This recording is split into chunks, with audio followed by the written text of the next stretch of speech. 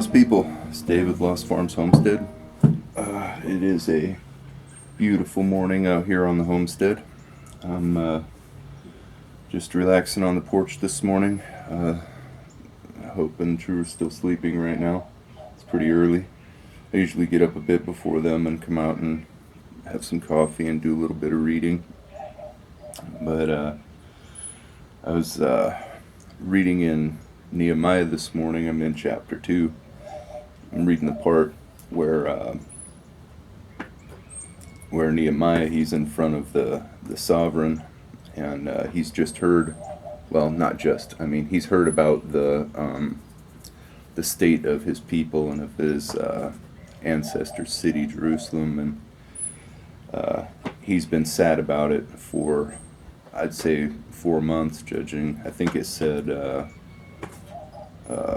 first month and the second month. The second month that he said was Nisan. I believe it's about 4 months in between. So he's been sobbing over it and mourning on it for about 4 months at this point. And he says to the sovereign notices his sadness and asks why he's sad. And I mean, if you're just reading it and you don't understand the circumstances of how things were back in those days, that's probably not a big deal. But it's my understanding that, you know, you don't frown in front of the sovereign; he'll take your head off. You know, it's almost an insult to be sad in his presence. You're not supposed to do that as a cupbearer. So, I mean, I believe that's why it says after that, you know, it says he asked, you know, why are you sad? And then he, you know, had fear. And I believe that's why he was afraid at that point. I think he said it was very much afraid, something to that effect. Depending on which version you read. I read the ISR. It's from the Institute of Scriptural Research. So it's not the King James or NIV or any of that. Anyways, what I'm getting at is once that happens, he comes right out and says, you know, well, why would I not be sad when my ancestor's city is in rubble and its gates burned, and, you know, my people are, you know, suffering and whatever else, all of that. So he's got this whole thing prepared. I mean, he's been stewing on it for 4 months, you know, and I'm sure the father had already put in his mouth what he was going to say when that happened. And also, and then when the sovereign asked him, how long would you be gone, you know, and what would you need? And he came right out and had the whole thing all planned out. Boom, boom, boom. I'm going to need letters from you to get past the governors. I'm going to need to be able to get through safely. I'm going to need letters for the foresters so I can get wood for the gates. I need this, I need this, I need this. And he had it all, boom, boom, boom, planned out. Well, you got to think about that a little bit. You know, I mean, back in those days, and he was raised in captivity. He had never been to Jerusalem. He had never seen any of that stuff. He'd never been outside the court. He was always a cupbearer, and he had never seen any of that stuff. So how did he know what he was going to need in order to do that? So, I mean, you could say, well, okay, well, it was God inspired. You know, the father put it on his heart to ask for what he needed, you know, supernaturally without him having any idea. But I'd prefer to think of it in terms of, you know, the Father puts us in places for a reason. Everything that we go through, I believe there's a reason for it, and it's to prepare us for what's coming next. And I would think that with him being in captivity that whole time and being a cupbearer, he was placed in front of the sovereign. And so anytime anyone petitioned him for anything, Nehemiah was there as the cupbearer to witness. So he saw several different transactions of this sort. So he saw people asking for safe passage. He saw people asking for letters for the forester, for things. And all of these things, I think, got in his head. And having seen all of this stuff happen from the position that he was in, he understood what he needed to do in order to rebuild the city. And I like to think of it in terms of, you know, the Father placed him there for that reason. And that's how he knew what to ask for. So I'm saying that everything that we go through, everything that we do in our lives, I believe the Father puts us there for a reason, and it's so that we know what to do when we get to the next step. So that's how I'm going to take it. So I'm thinking a lot of the things that I've been through, a lot of the experiences that I've had have prepared me for whatever's coming up. So I have a lot of experience in architectural type of things, engineering, construction, that type of stuff. So that's going to help me in the future whenever I get to wherever I'm going. So there's something planned for me. I believe we all have some kind of a destination that we're supposed to end up at, and all of this stuff along the way is just preparing us for when we get there. So I'm supposed to build something, so not sure what, but it'll come up. Anyways, so that's where I'm at this morning. I think we're going to be out doing some harvesting this morning, probably doing some food processing and a few other things. So stick around, we'll see what's going on. Thanks.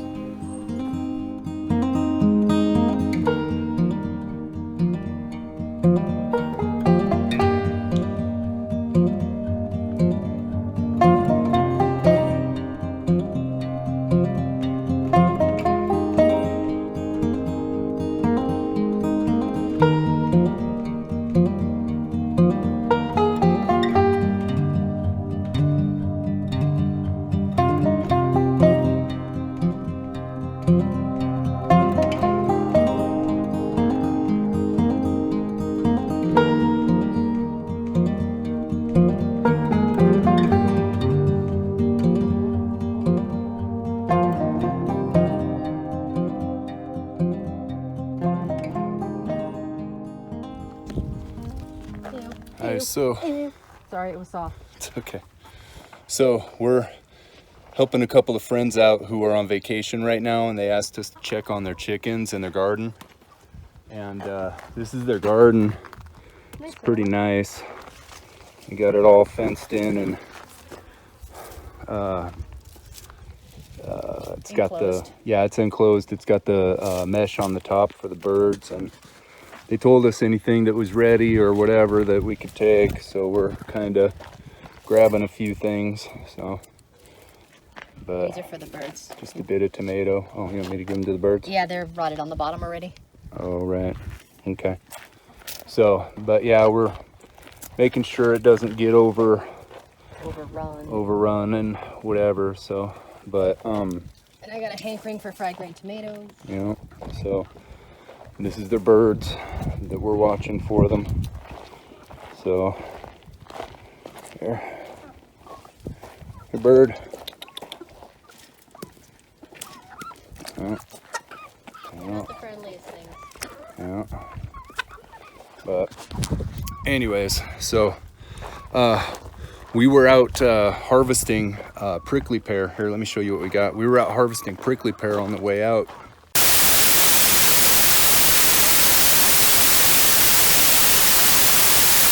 Right, so I don't know what happened right there. I think my phone overheated and stopped recording. But yeah, it's very hot out here right now. Here, you want to take this, love? No. Well, I'm recording just long enough to get set up. I need to grab my tongs.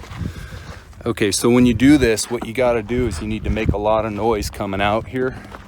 And then this is what we got right here. So, and then tongs, you want to pull them with tongs, and if you just twist them, they pop right off like that. Just twist it. The brighter the color, the better. Right. So, yeah, but we're out here right now harvesting prickly pear, and you got to be careful too, because there's the cactus jump and they'll get on you. I'm full of cactus thorns right now. Oh, look at that guy. That's a nice one right there. I can't see my screen, so I'm not sure what I'm recording now. Probably it looks like a giant mess. So I apologize for that, but on to the next one. Yeah, I think we picked this one, so we're gonna go to the next one. But yeah, grab it, twist it, pop it right off. And you want the juice See, when you do it, that one was a little bit green. Some of these are going to be nice and juicy though. But yeah, just pop them right off. It's one of those cases where the darker the berry, the sweeter the juice is legit. Yes. So, oh, that That's been eaten. Yeah. Yeah, you got to watch out because some of them get eaten. But that one, see the juice? That one's good, nice and juicy. So, but yeah, so we'll show you how to process these when we get back to the house. But shit, that guy just fell right off. Ooh, look at all that juice. Chopped it. Wow. Yeah, I need to get different. The berries, well, the cactus fruit out here has a fuchsia color to it. Yeah. The juice. It's really pretty. You'll see when we do the syrup, you'll see the color is really amazing. Oops, dropped it. But, come on. There we go.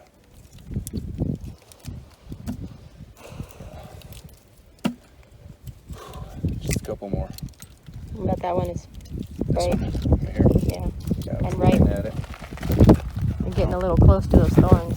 Yeah, I got them all in my arm right now. It's probably not ripe. On to the next. Yep, I think that's it. Oh, this guy. No, not yet. That's probably good. Oh shit, just cut it. Look at that juice pouring out. I accidentally cut it. But that's what's inside of those. Lots of seeds. All right.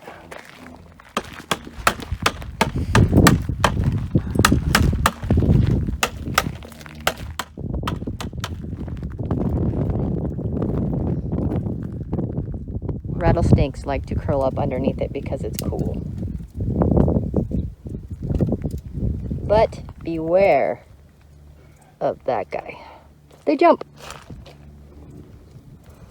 Yeah, I think the rodents like the fruit also. And of course the snakes like the rodents.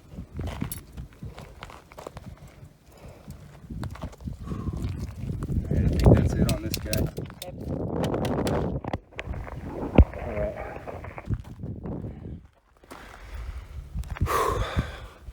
Very hot. Okay, so here, let's show you what we already got. So we've been stopping alongside the road all the way here and picking them as we come across them on the side of the road.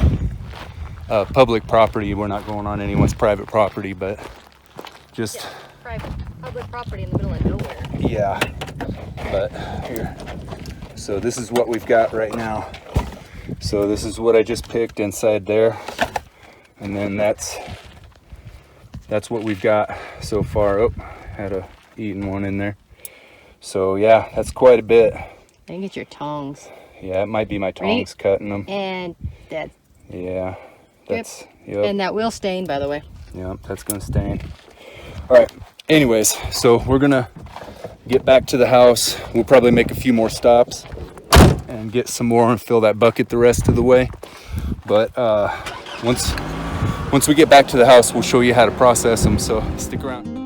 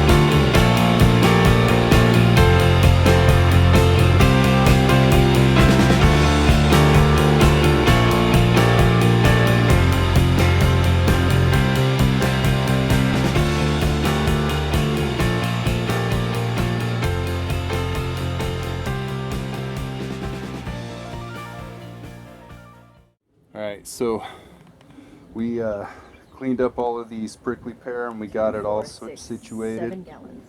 And we got each of these fluorescent strainers here is 2 gallons. So we got 2, 4, 6, and that's probably about another. So we got about 7 gallons of prickly pear here. And then that's the stuff that was chopped up or bad. We're gonna give that to the birds right now. So, but that's what we got. So we're gonna take this inside and get ready to process it inside. So stick around. Thanks.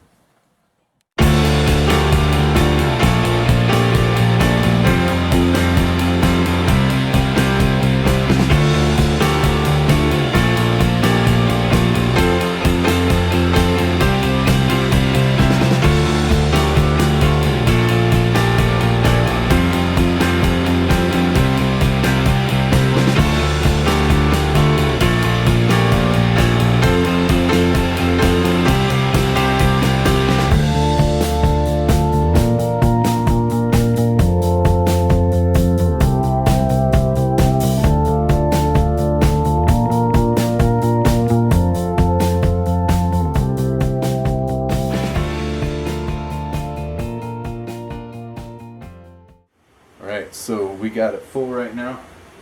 This is what we got. And it's steaming. This is a steam juicer. So what it is this bottom part here is full of water and it's boiling and it steams it through here, and then this catches all the juice, and then this part up here is separate. Here, yeah. So it's got the strainer underneath, and then all the juice catches down there. And then this right here, we can take this and run it out into a container. We'll probably use one of these for it. So, but that's the first set right there, and that was only one of these, one of the 3. So we got 2 more. So we'll see how much. Oh, excuse me. We'll see how much juice we get from the one. And whatever we get from that, it should be 3 times that. So, alright, stick around. Thanks.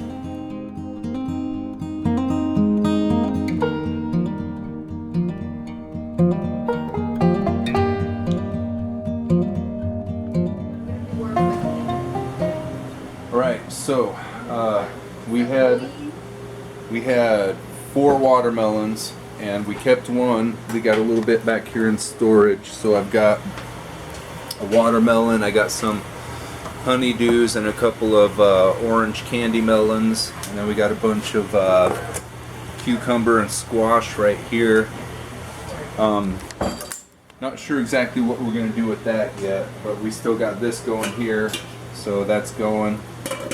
And we've gotten 2 containers. We put it in some old fifths and wine bottles because we have them with lids and everything. We ran out of pitchers. You might not be able to show the labels on that. Oh, okay, I'll blur it out. Anyways, so let's see. Oh, here. This. Oh, damn it. There's watermelon. So this is watermelon juice, and we have another whole With basil and thyme. here. This one here. And this has got basil and thyme in it. So bear with me, so you can see it up here at the top. It's got the basil in it, and let me see. Yeah. Oh, and we made Arizona tea also, so that's good. That'll be good for when we're. Yeah. So, and we got a bunch of peppers here. We're waiting for them to turn red. We're gonna make some sriracha with that. And we had some zucchini I grated up. We're gonna make zucchini bread with this. And right now I'm separating grapes. We got some tomato back here that we're still working on. And a bunch of tomatoes here. I got a giant mess going in here right now. Got stuff all over the place. And we have roadkill kitty everywhere. It's looking thicker than So usual. roadkill kitty here, and then we got basket kitty here. Pepper. We got Cacti over there. Yep, she's ignoring me. He's Yeah. not. Cacti's And then- over there, Dad. Yeah, and then we got a bunch of tomatoes here. We're gonna do some fried green tomatoes. We got a bunch of red ones in here, and a couple of cantaloupe also, and then we got a whole box of a whole flat of grapes here. These are the ones that I'm separating right now. Support your local borderland. Yeah, and oh, sorry. So we went to a place. Well, Hope this morning went to a place called Borderland. Borderland. It's a co-op. Yeah, it's a fruit co-op. They rescue produce so it doesn't go into landfills. Right. Okay. So and you go down there, you pay $15. 15, and you get 75 to 100 pounds of fruit and vegetables. Okay, hold on. Say that once more. You pay $15, and you get 75 to 100 pounds of fruit and vegetables. This week you did $15, and you got 75 pounds of fruit and vegetables, and $15, and you got 100 pounds of fruit. Nice. Yep. And it's every week during the summer.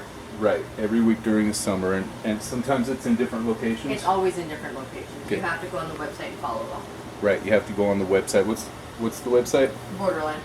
It's borderland.com. It's run by the natives, yeah. Okay, so support that. Check it out. Good We'll stuff. put it in the below. Yeah, I'll put it in the description down below. So, anyways, we're processing right now. We've been processing most of the day. So I'm gonna finish up these grapes. And I think that's all I'm doing for tonight. But we'll be continuing tomorrow. We're gonna make Hope's gonna make zucchini bread in the morning. She'll probably do that while True and I are at church. And then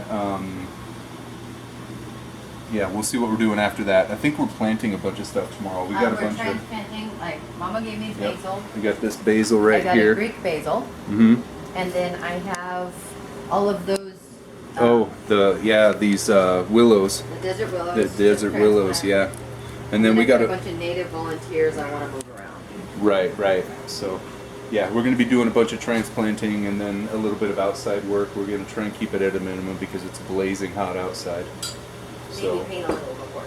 Yeah, we might try to paint a little bit of the porch tomorrow, so we'll see how that goes.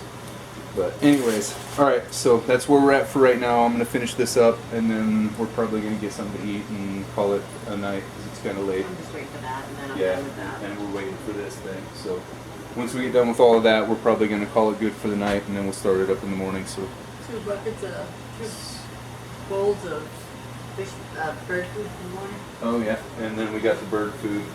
This is scraps. It looks bad, but that's the pulp from the watermelon. But this is full of just odds and ends vegetable stuff. There's one over there. So yeah, but they like that stuff. Also, we're gonna chill it so it's cold when we give it to them because it's really hot outside. So you give them cold fruit, it'll cool them off a little bit. So I freeze the fruit in ice, and then the hottest part of the day I put the ice in their water bucket, and then they get treats that are ice cold, plus they get to cool their feet. right. So another way to keep them cool. So anyways, all right, I'm gonna finish this up and we're gonna call it good, and then we'll start it up again in the morning. So stick around. Thanks.